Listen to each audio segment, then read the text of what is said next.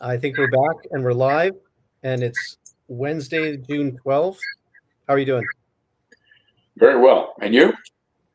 I'm excellent. I have some content for you. I have a video actually for us to watch that I think that you'll find interesting, and I think that's what we're starting with. Let's bring it up. A job-killing tax on healthcare, homes, farms, and small businesses is the last thing we need in this cost of living crisis the Prime Minister has caused. So, Jacques, I want to set up this video here. There's a CTV clip on the power play with Vashi Capellos, and that's the opening where they quote the leader of the opposition, and this is an interview with Chrystia Freeland talking about the capital gains tax, and let's carry on. Do you have anything more to say, or right off the top, about what we just heard from Mr. Polyev? Well, I think in principle I agree with them, but let's hear from Freeland, and I'll have more to say. It's just not right for a teacher, a nurse, a plumber, an electrician to be paying tax at a higher marginal rate than a carpenter, than a multimillionaire. And that is what is the case right now in Canada. And you believe only multimillionaires will be impacted by this? And I ask you that genuinely. I host a radio show during the day. I have been inundated the past 2 days with people who have called saying, I did not have a public sector job. I could not rely on a pension. So I decided to invest in a second rental property. I have worked nonstop in order to be able to do that. And I have paid taxes along the whole way. And now I'm being told I'm among the ultra wealthy that has to fund the government's income redistribution plan, essentially. Like, how is that about fairness? Okay. There's more to the clip, but let's stop there, and I'd love to hear your thoughts. Well, okay, so right off the bat, Freeland, as usual, is being totally disingenuous because she doesn't seem to realize, or either she doesn't realize or she's, again, doing sleight of hand here. But the savings that people accumulated over years and invested was all with after-tax money, right? So when she's comparing marginal tax rates, she is unwilling to admit that the money saved and invested had already been taxed.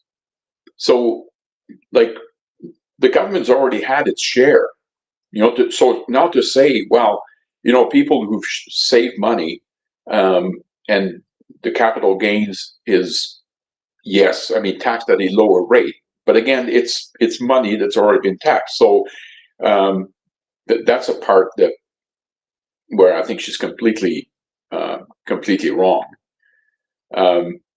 Now, the interviewer makes a good point. I mean, there are people who are not. I mean, Freeland keeps talking about the 0.13%. I just saw earlier today, someone estimated that actually over a lifetime, 20% of Canadians would get hit by this. So again, she's trying to point to a very, very small percentage of the population. That is simply not true.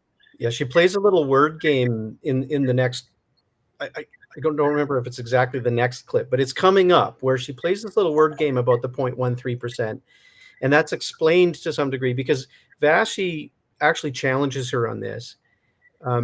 I'd like to point out, regarding the clip we just watched, I'd like to point out that she made a bit of a slip. She talked about this unfairness about, a nurse and a carpenter. They shouldn't have to pay the same marginal tax rate as a carpenter. She misspoke. And then she corrected herself and said a millionaire. I think that this is a rehearsed script here, and she like, people don't make that kind of mistake when they're speaking from the heart and from a sense of purpose. I think they make such a mistake when either they're distracted or they're trying to remember a prepared and coached script. I'm speculating, but maybe let's carry on. Let's hear the next clip. First 250,000 of capital gains every single year is going to continue to be taxed at the current rate. You just spoke about a rental property. That means if a couple owns a rental property, their first $500,000 of profit that they make is taxed at the current rate. That's a lot, and they can do that every single year. According to our calculations, 0.13% of Canadians will pay more every single year based on these measures. But the other thing, just to challenge you for a second, that's just an annual basis, right? That's not. Some people will only pay capital gains once over their entire lifetime. So the number of people who may be impacted could be far greater than what your government has put forward. I know you want to characterize this as we're okay to go after the wealthy and the Conservatives are not. But there are a lot of people who do not feel wealthy who feel you are going after them. So she explained there what you were driving at. I find it interesting. She calls gains on those investments profit. Right. Well, let me introduce something else here that I think is important to note. This idea that we should only include 50% of capital gains in your taxable income is a blunt, very high level, and not particularly good way of trying to recognize that there's an element to capital gains that is simply inflation driven. Mm-hmm. Okay? I mean, again, it's such a poor, blunt instrument, but it basically said, well, we're basically saying that 50% of all capital gains are due to inflation, i.e., let's not include that because that would not be fair, right? Just to illustrate, to make sure that people get this, let's assume that you've invested $1,000 in, say, a property. I'm using small numbers here, but again, you've invested $1,000 in the property, and we'll do simple interest as opposed to compound to make this simple. But let's assume that the inflation rate is 5% per year. So after 10 years, you get 5% times 10, 50%. So you got a 50% increase in your in the value of this property. So now you paid $1,000 for it. It's now worth $1,500, and you're selling it. Well, in this particular instance, they're saying, well, that 500 gain, you should only include, excuse me, half of that in your income. When in fact, and this is an example of how not particularly good and blunt this instrument is, you would still be paying taxes on half of it, which is $250, even though all of your gain are due to inflation. Excuse me. Because that same $1,000 will inflate over those 10 years by, let's say it inflates, the currency is inflated over that same period by 5% per year. Yeah. Your gain is actually zero at that point. Yes, because at the end, that $1,500 will have the same purchasing power as the $1,000 you started with, right? So you have gained absolutely nothing, even though half that gain will be included in your taxable income. Yeah. So again, it's a very, very poor instrument. So to say, well, we're going to include 60 or 50, or in this case, 67%. Yeah. I mean, these are very arbitrary numbers, and I think they frankly miss the element of trying to capture what the true inflation was, right? So it's a very poor. Now, but the most important element in all of this, in all of these discussions about taxing people, is that there is a premise upon which it is based, and this premise is completely wrong. And the premise is this, that the money that you're taking away from people, and it doesn't matter whether they are super rich or, middle class people who save their money or whatever. But the premise is that that money was basically stashed under your mattress, or basically doing nothing. It completely ignores the fact that this money, in most cases, is at work. It's working because it has been supporting investments, capital goods that make us more productive. It could be to support a factory that employs people, right? They basically assume that that money is sitting there doing nothing, that you cannot ascribe any benefit whatsoever to the money that you're taking away. Yeah. When you operate with that premise, of course, it's very easy to justify it by saying, well, that money was doing nothing, but look at all the wonderful things that we're going to do with it. That is not true. A thorough analysis of pros and cons would have to determine in the end that, on balance, that there are more advantages to taking the money away from these people than there are detrimental effects. And there certainly are some detrimental effects. But again, the liberals in this case are basically saying, that money was doing nothing, and that's simply not true. This will have an impact on employment, on savings that are required, again, to purchase capital goods that make us more productive. It will have a detrimental effect. Now, the question is, on balance, is it going to be, providing a net benefit? Well, I guarantee you they haven't done the work. They simply have not. And in fact, the interviewer was pointing out that many of the assumptions that they're using are simply not true, that more and more people are coming out to complain, to say, you know what, I'm just an average guy with a rental property, and I'm being hurt with this. Yeah, regarding the question of return on investment, that actually comes up later in a future clip that we're going to see.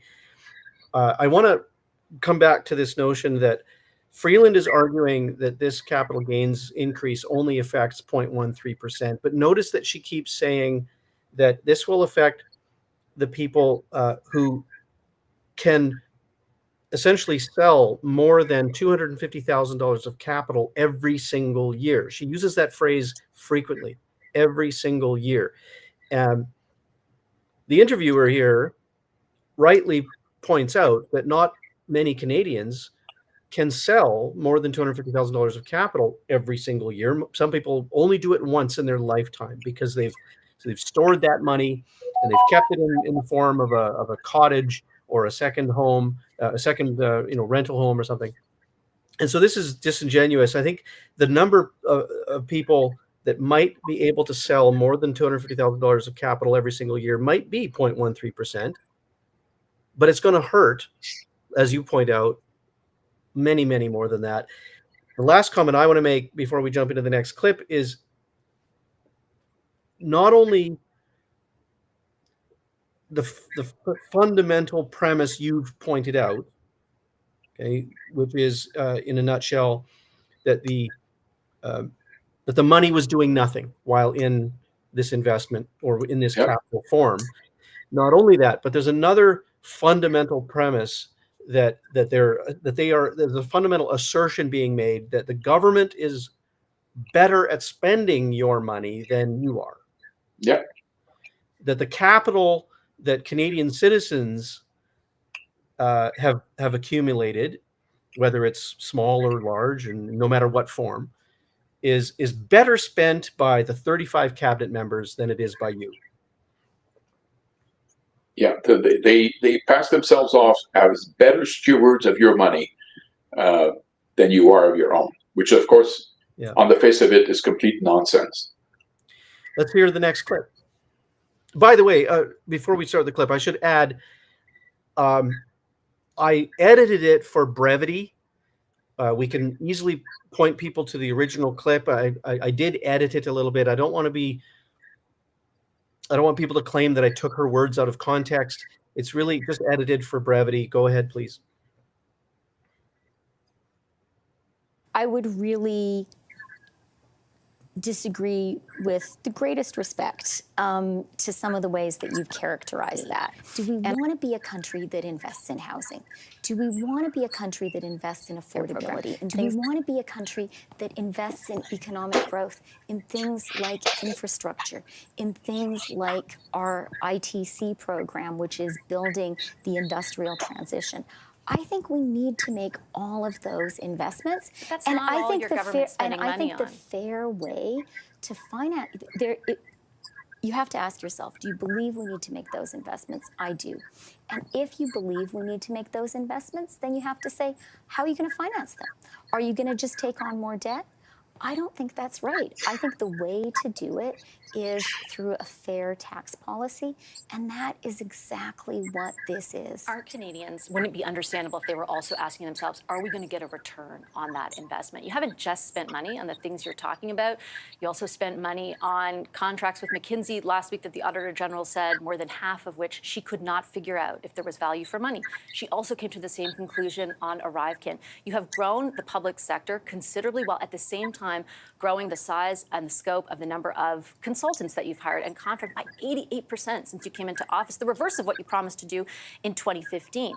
Why should Canadians be sure that while they are getting this additional tax for the investments you say are necessary, they will get a return on that investment? Well, I would have loved to see the answer because the interviewer did a great job. I mean, she basically summarized what it's just awful what the government does with our money. You know, they love to use buzzwords like reinvesting and this is an investment. I mean, they've never used the term spend because that's all it is. There is no follow-up. There is not. I mean, the Auditor General every single year, their report reads like a Stephen King novel for taxpayers. I mean, it's a horror story year after year after year. And for Freeland to make it sound like all of this money would be used properly and there would be all these advantages, I mean, on the face of it, again, it's nonsense.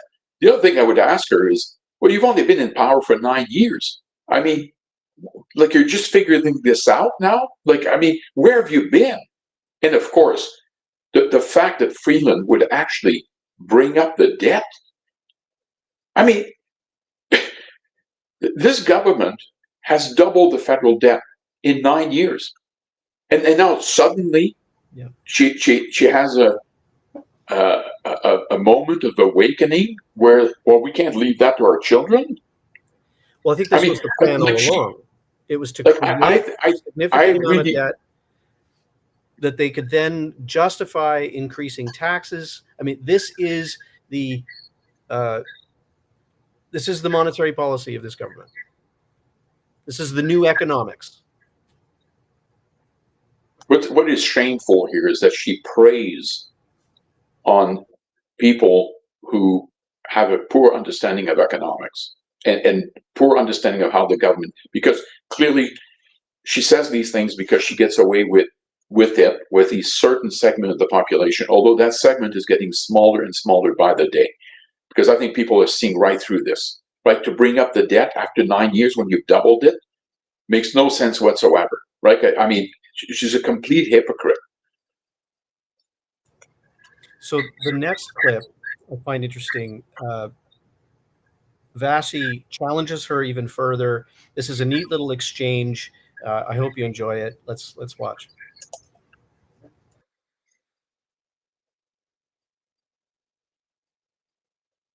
The third question that you didn't flag, though, was the one that I'll circle back to. It's not just if you think you should invest or not. It's if you think the investments will actually pay off in the long term, that there will be a return on the investments you're making for Canadians. There is so much, but there are so much evidence that that's not the case. There are more people that, let me finish, there are more people than ever going to the food bank. GDP per capita is on the decline right now. Productivity, our own Deputy Bank of Canada governor is sounding an alarm about how terrible our productivity is relative to the United States. What is the evidence that you're going to take all that money from this new tax scheme and invest in ways that actually better our country? And don't you bear responsibility for the place we're at right now? Vassy, I am 100%. She is 100% sure, Jacques.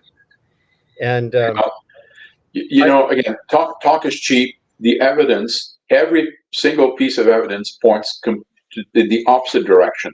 I mean, people should not, she has zero credibility. It's as simple as that. People should not believe a word she says because, again, none of the facts support her assertions, because that's all they are, right? If she's just blowing hot air, just terrible. I wonder, though. I think Bill Morneau must be so happy that she succeeded him, because he went from being the worst finance minister we've ever had to the second worst. She's been good for something then. Yes. Well, from his perspective. I find it interesting, this exchange. I wonder if the folks at CTV are becoming as annoyed with the liberal non-answer as we are. Vashi really kind of challenged her on this and brought up some of the points that even Pierre Poilievre often makes and that we've made before, spending on consultants and growing the public service. And I find that a very interesting exchange. I mean,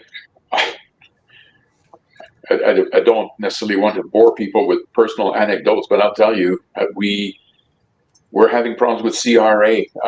Like, it's taking them forever. I have a brother-in-law who needed the manager at CRA to get involved because he simply could not understand, in spite of his best effort, the accent of the person he was talking to. In my professional career, I always made a point that if you have somebody who's good or whatever, but for no problems of like none of their own doing. I mean, if they learned English or French late in life and they have a very strong accent, you don't put them in customer service. But the government doesn't seem to care about that. I mean, countless examples of dealing with people that you can barely understand or not at all. Anyway. So I think I'm queued up for our next topic. And by the way, Jacques, there's a bit of echo at your side there. Maybe your volume could be reduced a bit or something. But let's move on to the next topic. We're going to talk about rent control. This is all the rage out in Saskatchewan and Alberta. We're seeing articles from Saskatchewan, and here this one's from St. Albert. Rent control is being considered further rent control measures are being considered in Ontario. Do you want to start with your thoughts, or what is the Libertarian Party stance on rent control, or do you want to review some of this article? Well, yeah, let's talk about what's been known. There's an economist, I forget his name. He said that the second best way to destroy a city, and the number one way was to carpet bomb it. The second most efficient way to destroy a city is to introduce rent control. And what was his rationale? Well, if you limit, particularly, let's say, in a high inflation environment, right? You limit the amount by which someone can increase rent. And this, there are countless examples of this, like New York went through this, where at some point it's simply not fiscally feasible for the landowner or the landlord to actually do repairs or maintenance or renovations because they're not getting enough money. So what happens is that these apartments, over time, they get run down terribly. Again, because they can't make ends meet. It's as simple as that. Yeah. So that's one aspect where you get a rundown of the apartments. But more importantly, presumably, if there is rent controls, because there's a demand and supply imbalance, right? You don't have enough supply. But do you think that you're going to attract people to build new apartments if they know that their future returns will be somehow capped to the point where it's not worth their while to get into this? I mean, they might go into a different side of business. So you're not going to improve the supply. Meanwhile, the supply that exists is going to get run down, where you get into slum lords and things of that effect. I mean, Yeah. let me share a personal anecdote. My daughters went to, in fact, I'm sporting it right now, the Mount Allison University in Sackville, New Brunswick. When the oldest of the two got there, and she was on campus, but was already looking into moving off campus, the first off-campus housing that she took us through was so bad, I would not have put a dog I liked in it. It was so bad. As a father, I would have been heartbroken to know that my daughter was living in such a place. So I ended up buying a house, and it was for her and her friends to rent from me.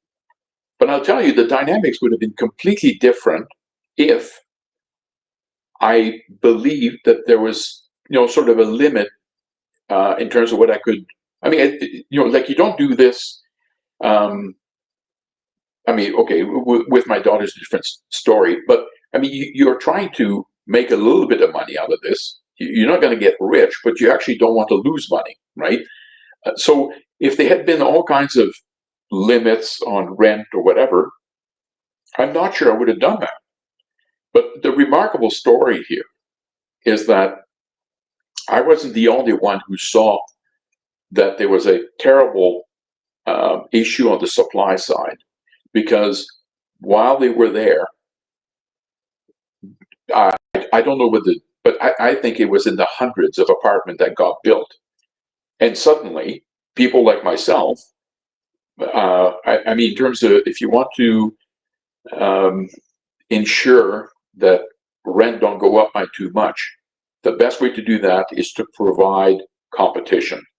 Because suddenly I had a lot of competition on my hand, right? I mean, all kinds of apartments, and suddenly, people will walk if you charge too much. That's the way to do it. It's not to artificially control supply in a negative way by limiting how much landlords can charge. So I mean, that's the that certainly would be the libertarian point of view, which is that the government has absolutely zero role to play in this. In fact, the role that they play, although from their perspective would be well intended, always lead to negative outcome. It's as simple as that. Yeah, my thinking is always on this topic of rent control is that it's a very short-term appeasement of a small few. So, for example, I remember renting, I was a younger guy, and I rented an apartment in Regina. It was a nice little place. I could do my work. I could pay enough. I at the time, I think I paid $415 rent for it, and it was a nice place. It was near the river, a small river, and I absolutely understand the feeling of not wanting my rent to go up next year, right? So if there are market forces, and I can see that there's some inflation, and the other apartments in the neighborhood are increasing, and if I can get my government to stop that so that I don't have to pay more, in 3 months from now when I have to renew my term, my rental, or my rental contract, I understand that. And so I think those are the people that are absolutely in favor of rent controls. They foresee themselves living in that context for the long term, or at least another term, and they don't want the rents to go up. I understand that. I find it interesting, though, that even the article in front of us points out some of the negative outcomes that you've already outlined. For example, the landlords no longer have enough available capital to then reinvest in improvements and maintenance, and therefore rent controls can create slums. The other impacts on screen include, well, actually, the fact that over the long term, there's really no impact that is positive. Rent control did not appear to have conclusive effects on rents and rental supply over several decades. I'm going to scroll up to this one, a 2015 study co-authored by this economist, John Gilderblum, points out that rent controls had basically no effect on rental rates, maintenance, property values, or housing construction in New Jersey over 40 years. So I think the people who want these rent controls are thinking short term. And what we discover, if we look at more long-term study, is that the government interventions don't actually keep prices low. They don't encourage new investment or new housing construction. And I find that all very interesting. And of course, the reason they work is because they're popular. And what we have is another example of the tyranny of the majority. Because for every landlord, you might have what, 12, 20, I mean, depending on the size of the apartment, whatever, renters.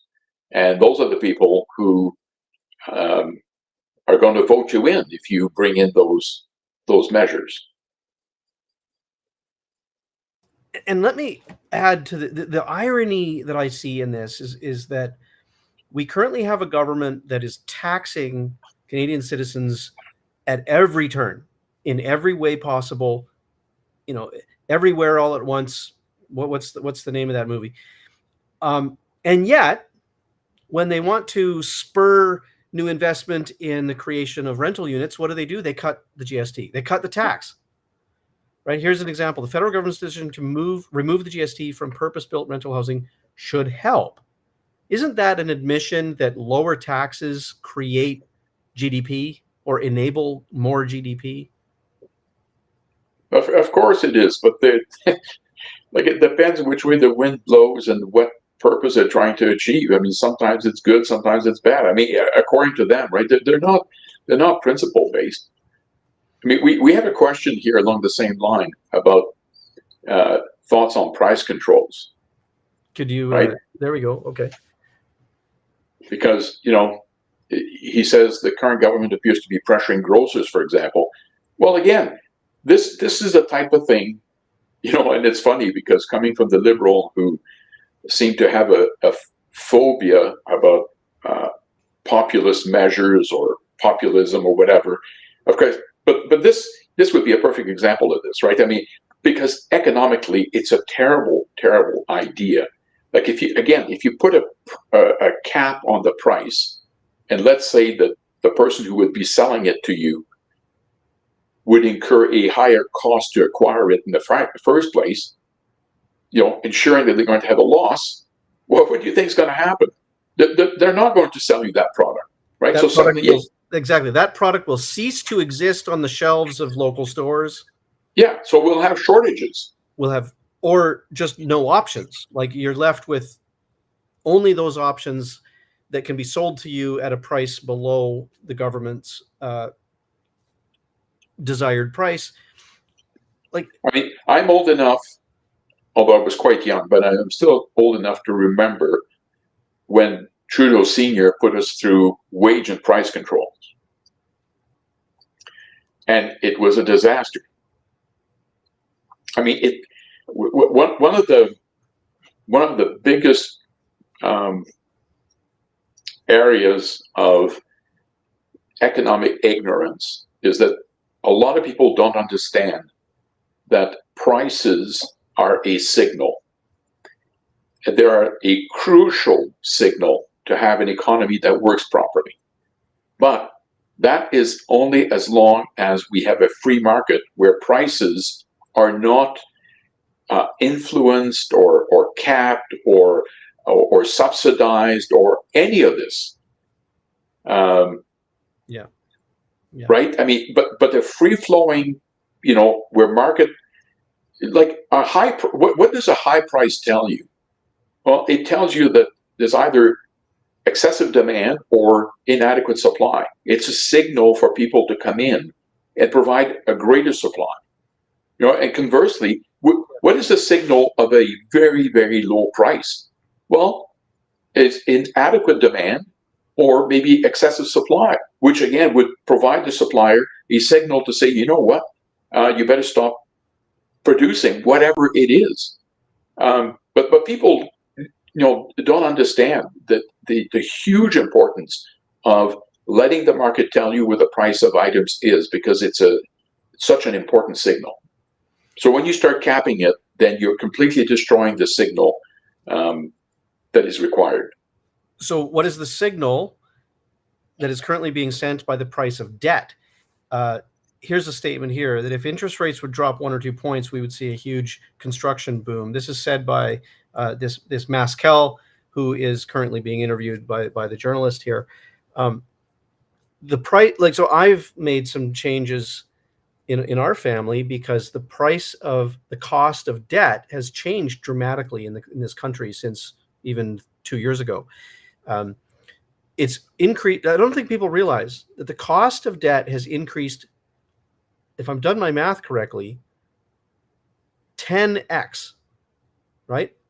So the overnight lending rate not long ago was 0.5%.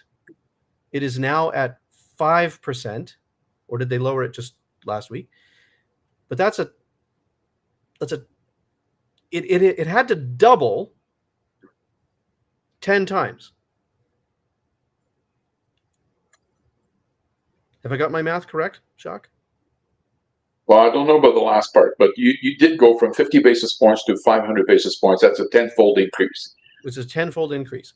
Yeah. And so the cost of debt has increased by 10, and that changes the way everybody is behaving, whether they're buying a car this year or not, whether they're going to take a loan for home improvements, whether they're going to use their line of credit against their home equity or not, whether they're going to sell their house and leave the province and go to somewhere else.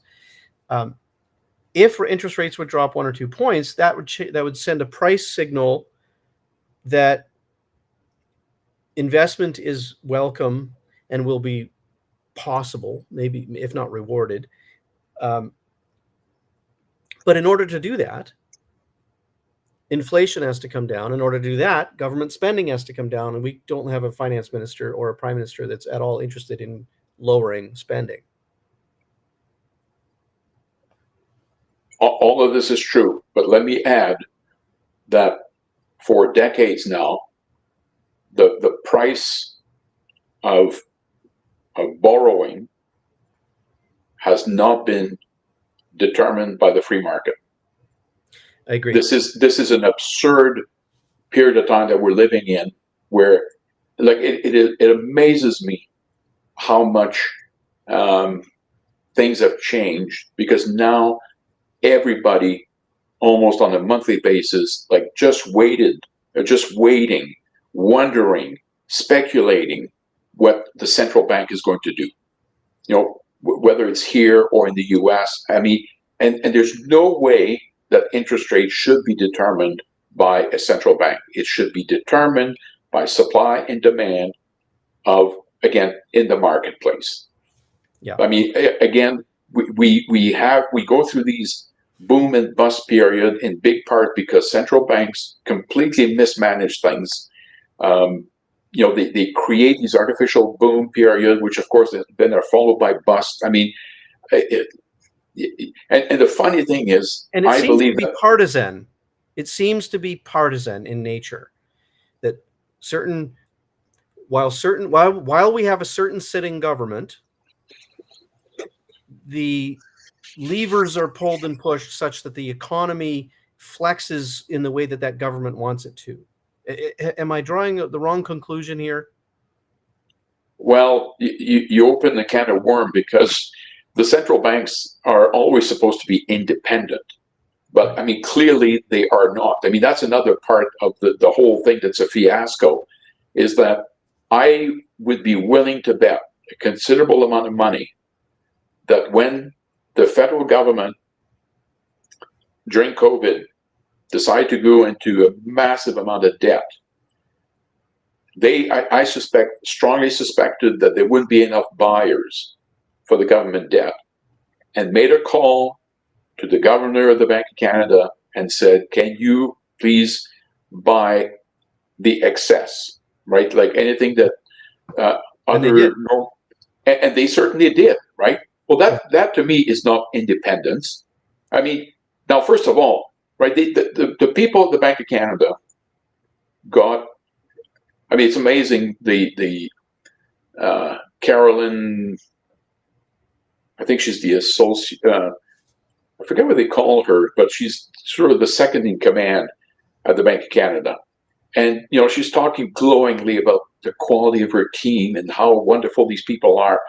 And, if you're going to quadruple your balance sheet, which is what the Bank of Canada did during COVID, and expect that they will have no impact on prices, like when you increase the money supply so drastically, then I don't know where you went to school to get your economics degree, but you should ask for a refund because you don't know what you're talking about.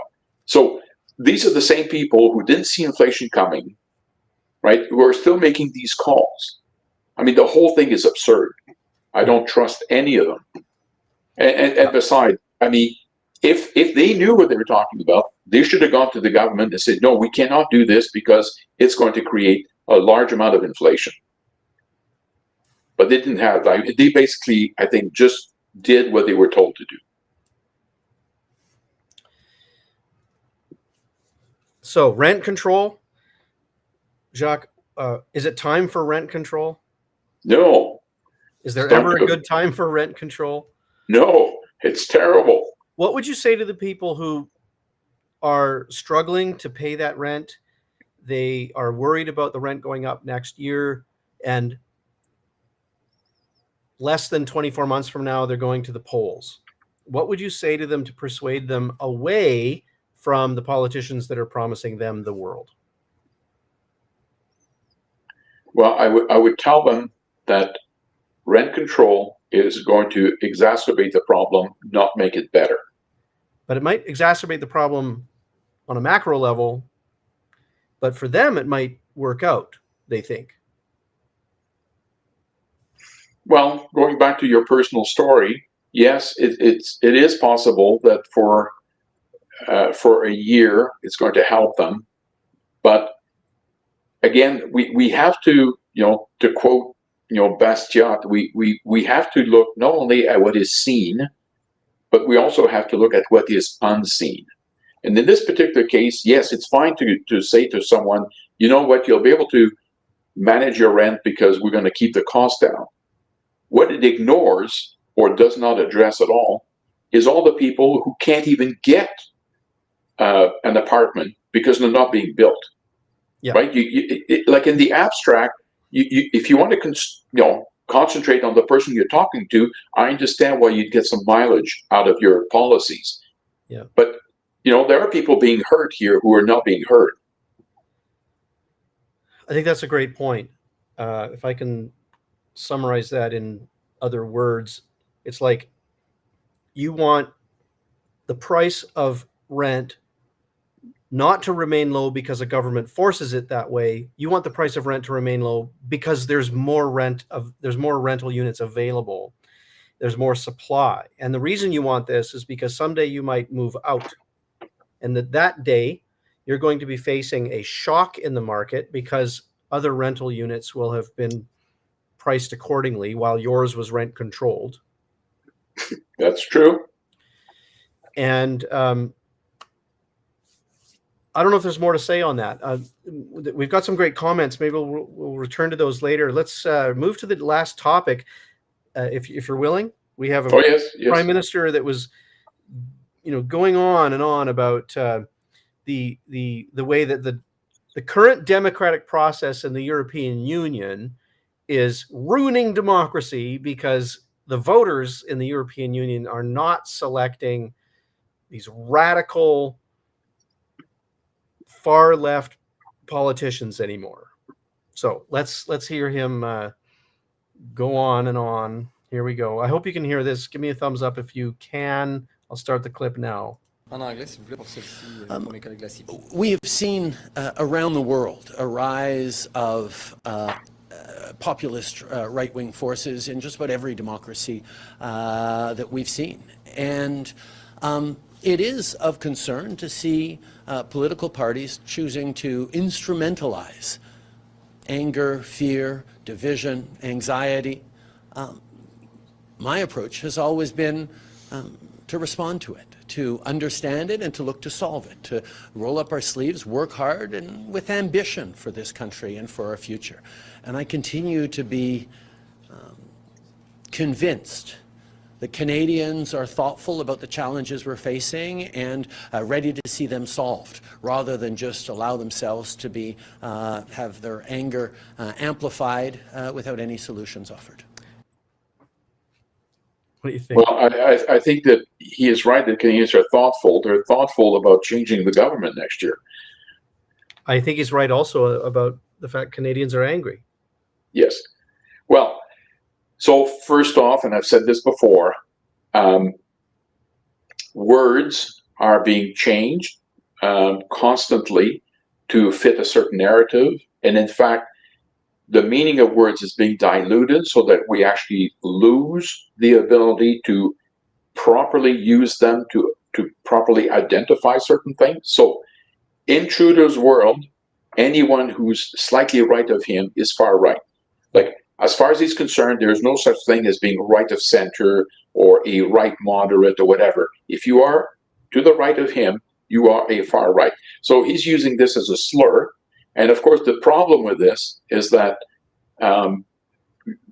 people who are right of center, but in fact, I would say in his world, the liberals of Jean Chrétien, of Paul Martin, would be described as far right.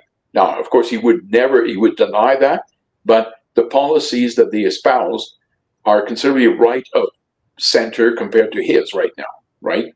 And the problem with this, of course, is that it loses its meaning. Like, if you're going to tag someone as being far right when in fact they're slightly right of center, then what word are you going to use when you want to describe a fascist, for example, right? So this is one example. Now, the other problem with what he's saying is that there's several problems. So now he's talking about instrumentalized I like that anger, word. fear, division. Yeah. Wow. I mean, that's all he's been doing for the last several years. Yeah, he divides West versus East, French versus English. He divides those who have questions about whether the Charter of Rights and Freedoms are upheld during COVID. He's got, he's the one who called half of the country racists and bigots because they drove their truck to Ottawa. He's instrumentalized anger against certain factions of the population, and he's done this for political gain. And he's the last guy that should be talking about this. Yeah, exactly. And the other point I was going to make is, and we see the same thing. Like, I'm not, I don't follow American politics as much as many Canadians that I know. I mean, in part because I know that I have absolutely zero ability to change anything, as I'm not an American. But nonetheless, I'm well aware, and I find this so funny. Biden supporters, many talking heads who are Biden supporters, are bewildered. There's no other word to describe it. They are bewildered by his appalling polling numbers. I mean, the last I heard is that he is the lowest polling incumbent president in the history of the U.S. And they cannot figure it out. Like the economy is great. Why is it that people? But this again is rhetoric is fine. You can talk, but the facts don't lie. And the reason people don't support him is that, contrary to the propaganda that the American economy is doing great, is it's actually lousy. And for better or for worse, when the economy is bad, people take it out on the incumbent. That's why he's not popular, is because things are bad. Yeah. Now, so this takes us now to Trudeau, who seems to be bewildered by the fact that people would be changing their voting intentions. I mean, he must be equally bewildered by the fact that he's trailing the Conservatives now by 20 or 22 points or whatever the huge gap is. He must be completely bewildered because he cannot understand, because in the world that he's living in, he's done a great, great job. But again, that to me is simply words, right? He asserts that he's done a great job, but the people in Canada are well aware that for most of them, right, like that famous line from Ronald Reagan, are you better off now than you were 9 years ago? And I think that for tens of millions of Canadians, the answer is no. I'm in a worse shape now than I was 9 years ago. And that's why they want nothing to do with this guy. Yeah. And that's why the voters in the EU are shifting. I think what's happened, and I'd love your opinion on this, is whether over let's say most people don't pay a lot of attention to politics. They live their life day to day. They try to enjoy their work. They try to spend time with family. They're not paying close attention. And so when a government is mostly not rocking the boat too much, people are generally content and apolitical. They're not participating in the political process very much. What's happened is we've got a policy lurch in Canada since 2015, where this government has shifted the window so far that people are starting to look. People that would normally not care where that window is, they're now trying to look for that window and try to find out what's on the other side of it. And that's happening in the EU. That's happening in the United States, where radicals have overspent, changed policy so drastically that people that are normally asleep to these things are waking up. And they're saying, I don't like the trajectory. We need to bring the pendulum back to the center, or back to some sense of some semblance of common sense. So I like the clip. I don't know what else to say here, Jacques. I could go. You talked about language earlier. You talked about. I wonder how people watching our video feel about the term far right, and I wonder where they would place the Libertarian Party, because I don't think of the spectrum as being left and right. I think of a spectrum rather between maximum government intervention to minimal government intervention, and libertarians fall closer to that minimal. What do you think? Well, it's a classic mistake to try to pin libertarian on the left-right. I really don't like it when people who I don't think understand libertarianism say, well, you guys are extreme right. I mean, we are nothing of the sort. I mean, it's very simple. Libertarian, we believe in freedom. It doesn't go beyond that, right? Well, in Canada today, that is far right. I mean, not long ago, if you mentioned the Charter of Rights and Freedoms, like I've always thought of that document as being like the center line on the highway. It's right down the middle of the road, and we should think that everyone across the political spectrum supports it because it's part of the Constitution of the country. So if you don't like that document, you're against. Well, then maybe you don't like the Constitution and you want to fundamentally change Canada. There are those, I get that, but that document is right down the middle.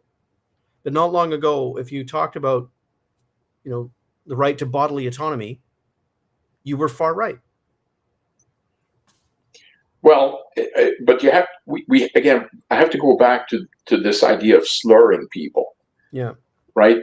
Like if people who don't understand what they're talking about, but they know that, I've heard Trudeau and other people use that term to slur people I disagree with, right? Like that's the distinction we have to make. Like if you were to look in terms of, say, political philosophy, would it be appropriate to say the libertarian is a far right person? And I bring this as a distinction between that and someone who uses the term to slur anybody they disagree with, right? And I would say, well, you can slur me all you want, But the fact is that I am not far right. I'm simply pro-freedom. And if in your world, anyone who espouses freedom is somehow an extremist or whatever, then, I mean, what can I say? I mean, I don't think it has any connection to reality. But yeah, like rent control, maybe back to that topic briefly. People that want economic freedom don't want high prices in their housing. You know, they want housing at an affordable rate. There's much more to say on that topic, and maybe that's a good topic for the Libertarian Lens series that is coming up. So, do you want to wrap up, Jacques, or do you want to read some questions and comments, or what do you want to do? Well, actually, I want to address a very good comment, the last one that we received here, where he says, "Libertarian to me does seem to have a lot of crossover with classical liberalism, but today Liberal Party resembles nothing of the sort." That is spot on. You know, classical liberalism and libertarianism have indeed an awful lot in common. I mean, if you were a classical liberal, which the liberal, I mean, see, this is the part again, like, Trudeau. The words are changing. I mean, but Trudeau is, he is so, like, I know it'll sound like a slur, but I really mean it in terms of the way the word, he is so ignorant of history. I mean, this is a guy who has talked so glowingly about Wilfrid Laurier, right, who was Prime Minister of this country for many years, leader of the Liberal Party. But what he doesn't get is that Wilfrid Laurier today would have nothing to do with the Liberal Party, nothing to do, because it's completely at odds with what Laurier believed in, right? Laurier, I think, was said, I always thought it was kind of a silly, but he said the 20th century will be Canada's century, and Canada will be known as freedom, or something to that effect. I mean, this was a man who believed in small government, in freedom, right? Everything that Trudeau does not believe in. I want to challenge you on something, though. Okay. I think that that's the lore and not entirely the truth. So many people forget that it was Wilfrid Laurier who advocated for and signed the Immigration Act of 1910 that effectively shut down the Underground Railroad. So 1910, Canadian politicians were struggling with a problem, and that was that blacks from the United States were escaping that country and entering Canada, and Wilfrid Laurier ended it. He made it illegal for Canadians to harbor refugees from the United States. I was not aware of that. That's terrible. That. So actually, I think Trudeau and Laurier have more in common than you might think, because there's a history of segregationism that runs deep through the Liberal prime ministers of this country. Well, for example, I'm looking at some research I did not long ago. It was Robert Borden that created and signed a War Measures Act that issued mandates for German and Austro-Hungarian immigrants. And remember, people forget that there were Ukrainians in Canada that they were basically on parole. They had to report to their local police precinct every single day. And that was a policy, again, by a Liberal prime minister. Borden was conservative. No, yes, but I'm looking at I'm mixing the stories here. The issue of Ukrainians was Mackenzie King. Okay, yeah. Japanese internment, and eventually it was the Conservative prime minister who apologized to the Japanese Canadians for the internment. Very interesting. So I understand the lore that you're reaching for. I just think people have forgotten the deep history of segregation in Canada. Okay, so let's agree that Wilfrid Laurier was not perfect, far from it, but I would still argue that the tenets of his framework was far more freedom-oriented than the Liberal Party today. And it brings an interesting point that I don't know if you are a Seinfeld fan, but in one of his episodes, he was describing how the whole concept of cheering for a sports team amounts to cheering for the jersey, because players come and go. So, oh, how long have you cheered for this team? Well, 40 years. Well, my goodness, like how many players, have come and gone.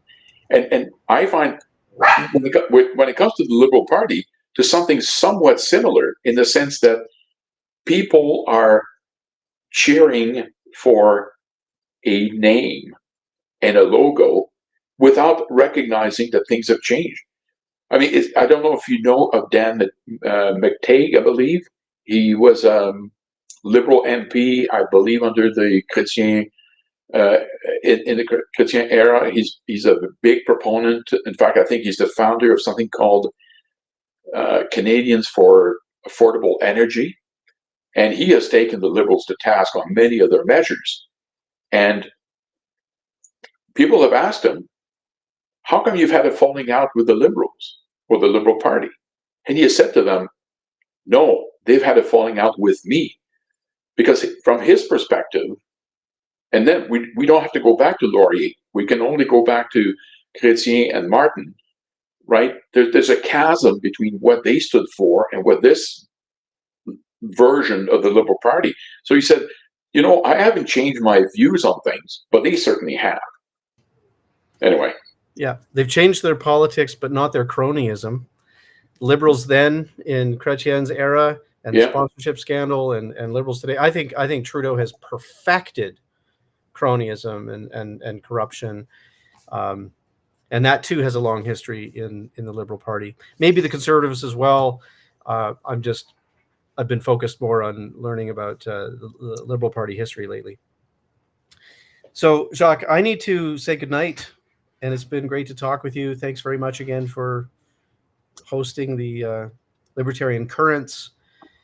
Anything else to say to our viewers? No, I would like to thank everyone who follows, particularly our friend who has been very active with comments and questions. That's always welcome. And yeah, please tune in again and pass the word. I mean, if you like this content, tell your friends. Smash that like button and the notification bell, and we'll see you again soon. All right, take care.